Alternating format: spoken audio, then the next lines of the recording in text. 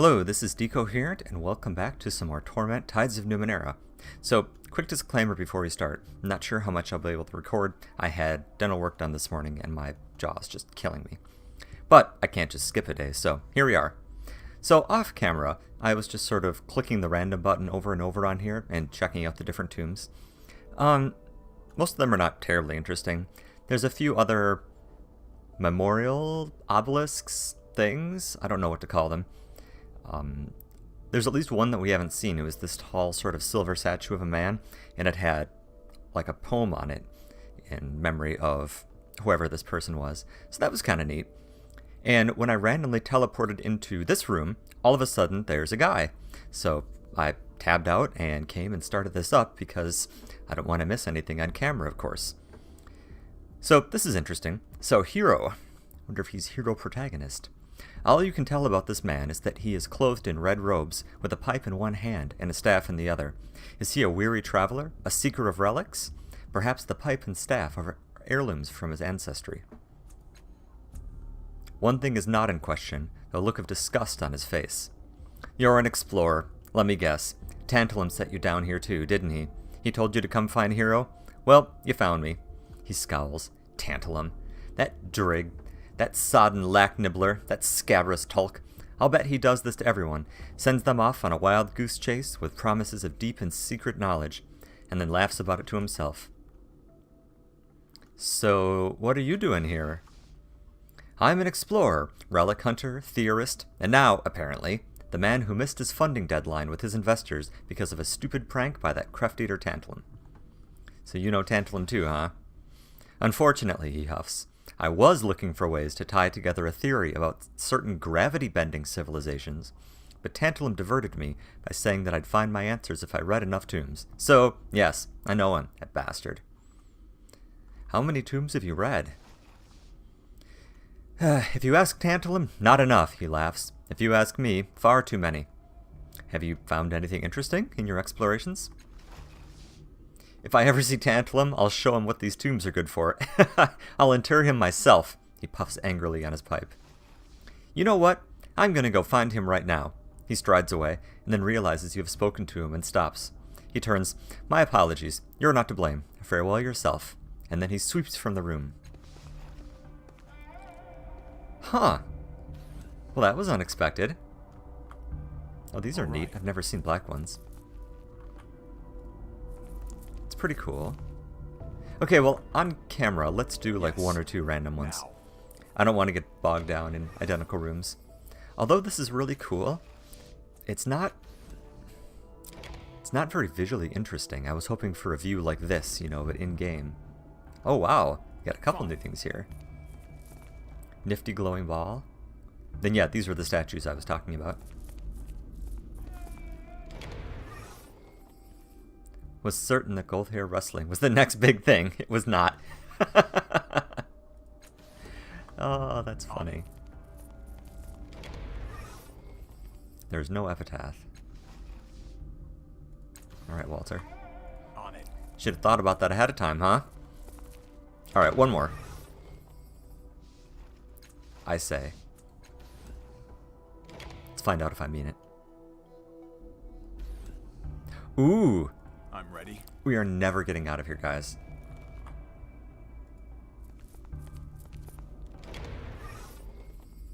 To live like my father lived, and to die, held suspended in love's embrace. The world was left better in the wake of his footsteps, and in the generations he left behind. My father, Peter, may you rest eternally in peace and love. That's nice. And he's got a thing. Fine. That's super cool. I mean, who doesn't want a thing? Just trying to get them out of the way so I can zoom in and see if it's... I don't know. Huh, cool. Go. Okay, one more, and this is it, I promise.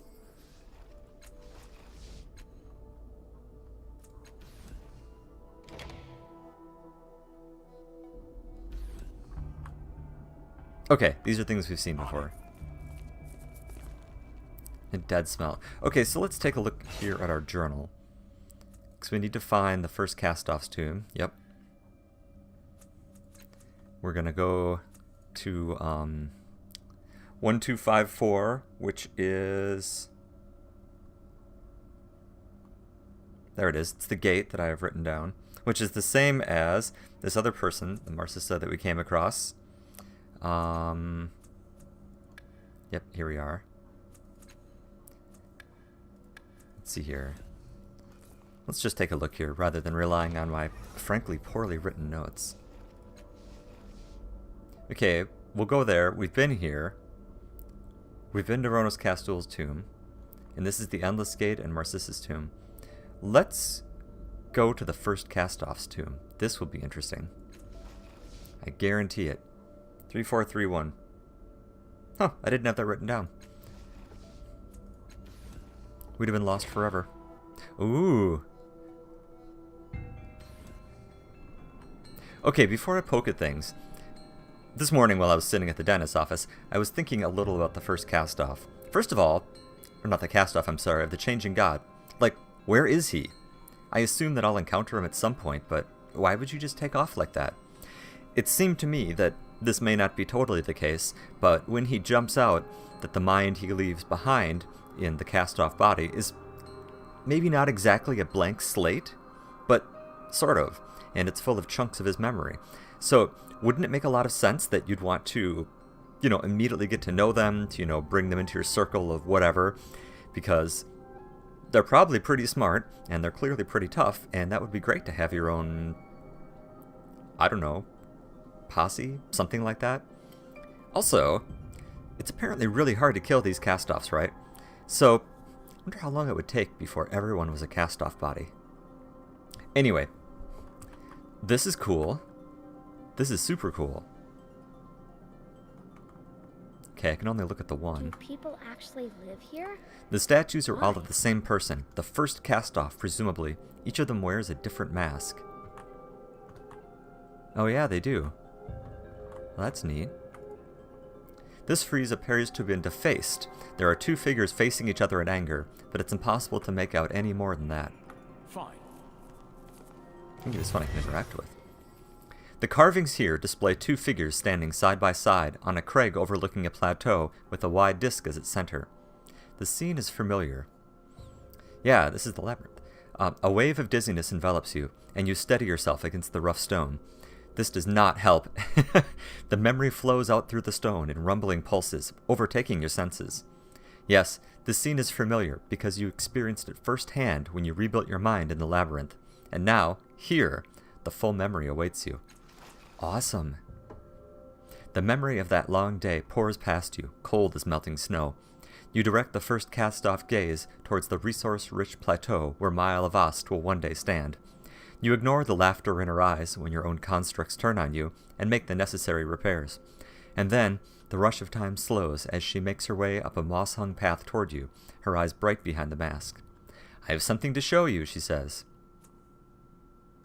So, he did apparently know of the cast-offs. You follow her to a deactivated portal. I've got it working, she says. The doorway exists in two places at once, here and on the other side. Once you align them, she lays her hands and her forehead against the stone, as though worshipping the thing. Your lip curls involuntarily, but you can't fault the results. The portal activates, answering the welling glow of the first cast-off's tattoo beneath her mask. The flood of memory slows to a trickle, leaving you back in your body. You look over at the mural. Could that be the way to open the portal? Though the two figures are faded, you can still make out a few necessary details with the help of the memory you saw in the labyrinth. This frieze depicts the Changing God and the first cast-off overlooking the site of Mile of Ost. They are side by side, not master and servant, but equals. Looking closer at their faces, you notice something interesting. The first cast-off is shown wearing a mask, as you remember. The Changing God's face is chipped in places, as though someone tried to damage the frieze but failed. Cool. Oh, we'll get a good look at this in just a second. I gotta touch everything on the way over. A bewildering array of colliding jagged edges and mangled corpses make up this frieze. It's not quite clear whether the artist was inspired, drunk, or insane. Why not all? A battlefield is depicted here, that much is certain, but the amount of detail is staggering, and it isn't immediately apparent what the artist was trying to convey. The first detail you notice is the fortress, standing out from the wall in bold relief. Many of the soldiers are shown pouring through the sundered gates, and every one of their faces shows a different emotion: elation, rage, terror. But it is the jagged edges, seemingly raised at random, that pull your attention down to the bottom right of the piece. There lies the first cast-off of the changing god, mortally wounded, dying alone as divergent realities snap shut around her like teeth. Divergent realities? Wow. Look at this. This is amazing. I'm assuming that's... I can't tell if that's us or the first cast-off. Okay, let's go poke at it. What's the worst that could happen? I'll remember that. Stark letters have been carved into the rock above with a steady hand. Sharp memories emerge at the sight of the masked figure in the tableau. The first cast-off. Oops, sorry. Countless footsteps have worn a track to, and apparently into, this mural. This is a gateway of some kind, but you see no way of opening it. Makina must not have known that the portal would be closed, else she would have said something. Whoever deactivated it must have done so recently. You look around the area, yes. Should I try to open it? Here, let's hold on a second, because I don't want to step ahead too far on our quest.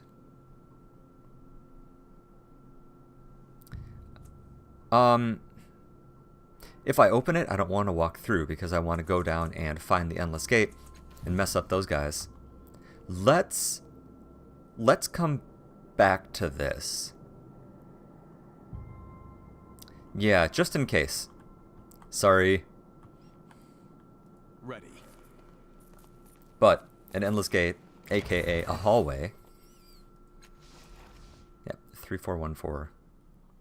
Alright. This is gonna be weird.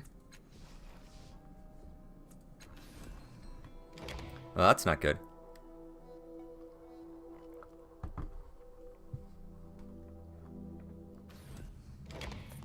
Oh, this. I'll remember that. These kinds of things are never good. You can see the whites all around this man's eyes. His face is frozen in a rictus of frenzy. Can you feel it? The power of the Endless Gate. It calls to us. It is time. Did you kill all of these people? They are released. Released unto the gate and the glorious beings beyond. Join us in ecstasy. My idea of ecstasy doesn't involve quite so much blood. Before you can utter another word, the man's spine goes taut. His expression becomes that of a towel being savagely wrung out, but his voice stays clenched in childish glee. They call us now. Oh, crap. Join us. Shriek. Uh-oh.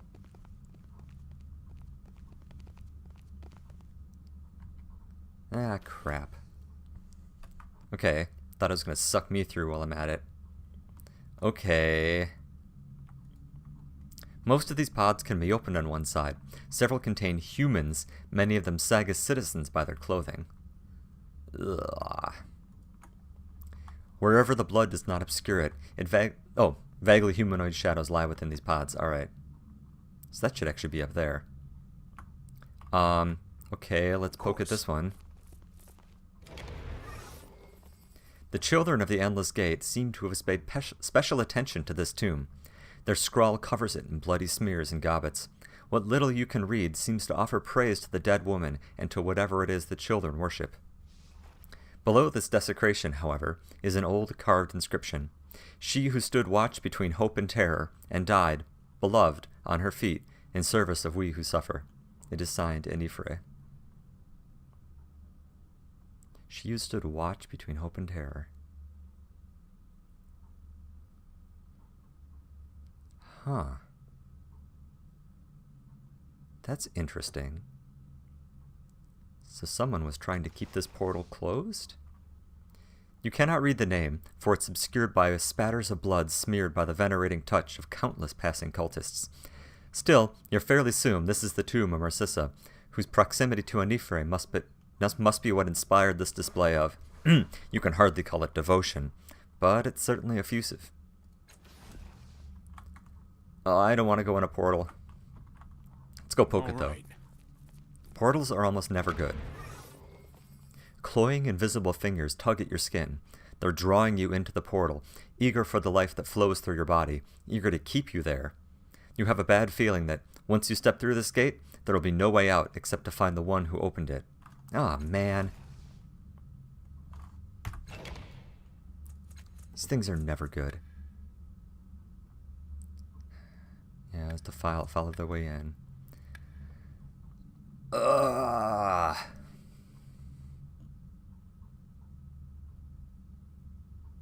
It's always been my philosophy that when you see a gate leading to a dimension of pure hell, bathed in blood, that you go, huh, and walk away. I have the distinct feeling that I'm not going to be able to follow my usual modus operandi with this. Well, I did say that I was going to burn their religion to the ground, and it seems like probably going through and closing the gate is what's going to allow me to do so, because without the gate, there's no endless gate to be children of. I am going to regret this. Okay, well, we're all full. We've got consumables passed out. Right? Yep. Ah, man. I'm going to regret this. Oh, let's use my flex skill thing. I haven't forgotten about that. Well, it's a little annoying that I have to do it like this. Where is it? I'm already full on perception. How about persuasion? Sure.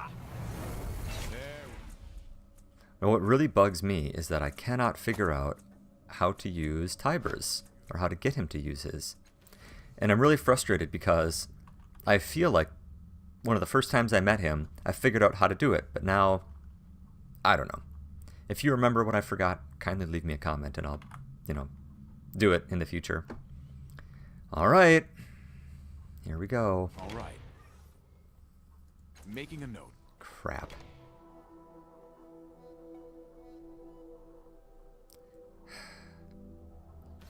I'd say I have a bad feeling about this, but that's such stupid small words. The cloying fingers release you, perhaps knowing there is nowhere for you to go. You are within the endless gate now. You are theirs. The air is chill and moist. Screams of agony permeate the darkness around you, and you sense something watching. There is no choice but to venture forth. Of course. Here comes the Boredom Slayer. This promises not to be boring, I promise. What is this? Several people have been flayed, their skins stretched into grotesque banners, faces contorted in a rictus of eternal pain. The skins flap back and forth in a wind you do not feel. Beyond them, you see a clear passage deeper into this hell. Suddenly, a pair of eyes snap open. These are not flayed skins, but living people.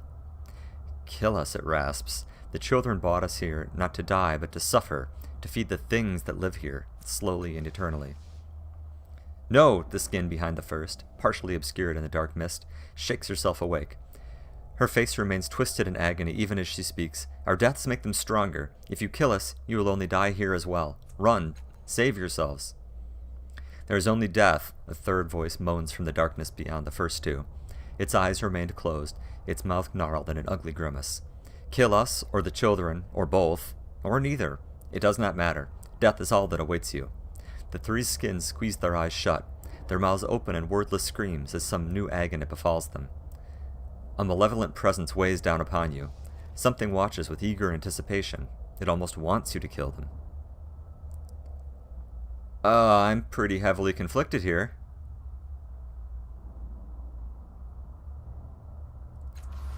I feel pretty strongly about the whole, not leaving people twisted. But I really also like the plan of not making the thing stronger. Oh, man. Well, if I make them stronger, that's my problem. Can't just leave them here. Jesus. Alright, let's kill them. Your blade tears through them like paper. Their screams echo through the mist, blood spraying on the floor in your flesh. Then it's over. They're gone, truly released, and the path before you is clear. The malevolent weight in the air increases. Whatever is watching has grown stronger. Well, yeah, I know. Let's go all. You and me.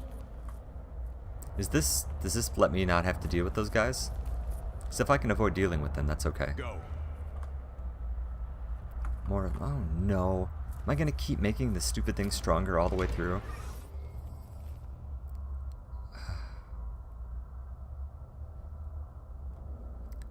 Great. One of them snaps its eyes open as you approach. Kill us, you'll reach the center more quickly.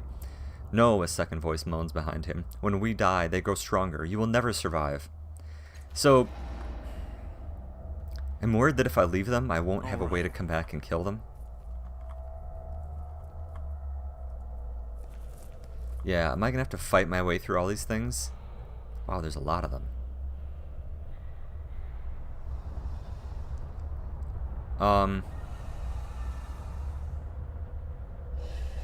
Oh, okay, let's see what happens. Now. Ah, crap. Okay, well, they don't have a lot of health, so at least there's that. Okay, Eridus, can you hit 3? Let's find out. Let's take a look at your cleave. Okay. It's not huge, but I think if I go here, I'll have a good chance of hitting all 3. So it looks like I have to make the choice of fighting a bunch of these guys on the way in, or making whatever last battle I'm going to have to fight even stronger. And I hate all these plans. Nice. Did you only hit 1?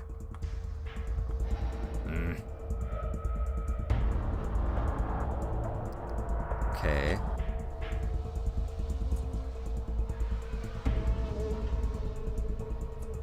I'm gonna use up all my stats doing this. Never felt better than I do right now. Yeah. Alright, let's do... Since they're all neatly clustered up, can I hit 3? Yes. The last one only has 5 hit points left. It seems like it would be a better use of this. Oh, there's 4. Oh my god. Alright. Let's roll... 80?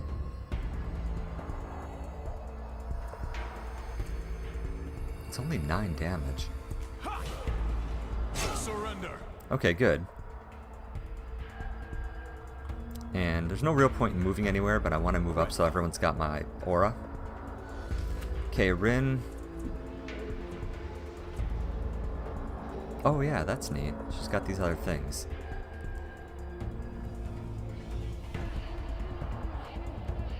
So if I move up... Do it. Or is it the other way? How terrible is your range to begin with? If Alright. you're sure it's safe. It's not. I'm sure it's not. Stop that. That's very rude. Oh, 11. That's... Yeah, this is great. I'm gonna have to res him, and he's gonna have penalties. Someone needs to smash me in the face with some healing. Yeah. Oh, this is... Someone needs to smash This me is in bad. the face with some healing. Oh, great. A lesser hero would be dead by now.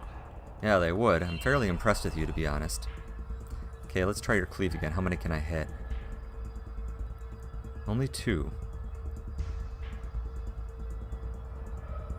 Well, let's do it anyway, obviously. We're going to be using some Heroic consumables strike on of this. Heroic proportion. Nice. Good job, dude. Okay, let's get back here and let's flank this Here guy. comes the Boredom Slayer. Okay. So I don't have any multi-hit abilities with Tiber, and there's still 4 of them left.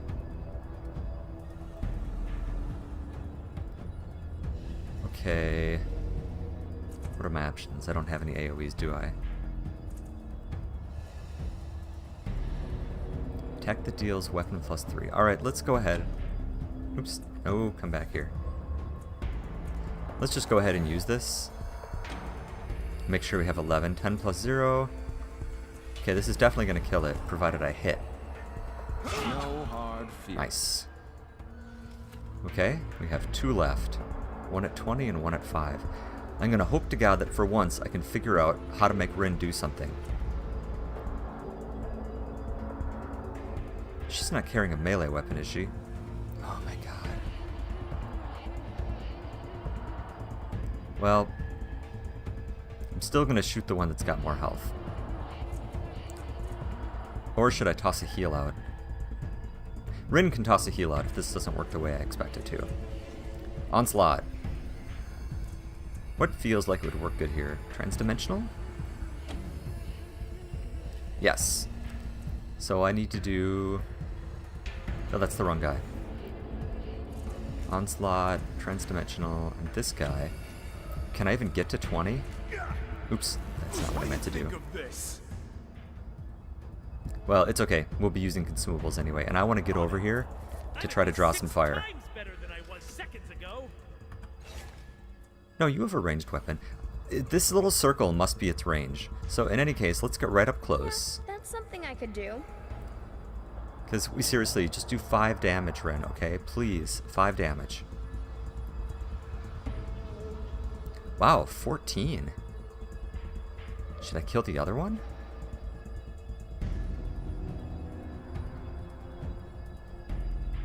No, stick with the plan. I'm so sorry. Yes, good. I can't die. Yes, hit me instead. That's super weird. I wonder what happens if it gets all the way over there. I'm positive it's nothing good. Alright, Eridus. Smash. Where is it? Should I use... Where's his sucker punch? Ah, here it is. Weapon plus 3. Yeah, let's go ahead and let's use that. 23 damage. Oh my god. Why wasn't I using that from the very beginning? Okay. That didn't go as well as I'd hoped. Let's go. A little dagger, fine, whatever. Not a very good axe. Yes. Okay, so it looks like my choices are use up all my consumables heading down here, or make whatever the last thing is stronger. These are terrible choices. Do I have... I still have this one. Oh my god, that's so good though. I can't use it right now.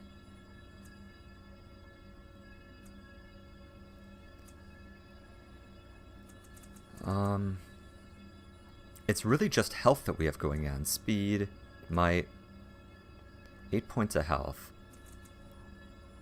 Problem is that's not even gonna like fill us up all the way. I don't really want to start using heals, but I think I might. Can I use her heals? See, I don't know any way to use my like friends buttons. Okay, I'm just gonna use a couple of these. Okay, let's heal up Rin. Already. That's a lot better. It healed 16. It said like 6. Okay, Well met yourself. let's heal you up. That's more like it. Okay. Okay, well, let's go ahead and let's use a couple of these. Details, use item, on me. Forward. Onward. And I'd better have Eridus use one too. Just in case. What am I looking at here? Did I not give him a health thing? Oh, here it is. Go ahead and use that on Danger yourself. awaits. I could stand a little more of that. Forward. Oops. Onward. And then let's go ahead and let's give him one more.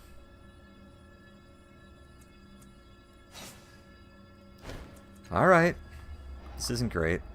Of New course plan. we can help. Right, Al? Kill the scary things. Make the scary thing at the end stronger. This skin is like all the others, their faces warped in unspeakable agony. One of them snaps its eyes open as you approach. You cannot face what lies behind here. Flee and save yourself. Fool, a second moans behind him. He is our chance at freedom. Who else will ever release us? The third skin smacks its gnarls lip together as if saying this, as if considering this. Yes, kill us, and nothing foul will befall you. Okay. It takes a great effort to hack and saw through them. They scream and shriek with each cut of your blade, continuing long after they should have passed out from the pain. Blood sprays in every direction, covering you entirely. Then it's over. They are gone, truly released, and the path before you is clear. Some pressure around you squeezes and loosens and bursts until he realizes the air itself, laughing. Whatever lives here has grown stronger still. Oh, Trust man. and honesty are our bonds. How many more of these are there? Please don't be any more. Yeah, Oh, here's the that's thing. something I could do. Okay, come back.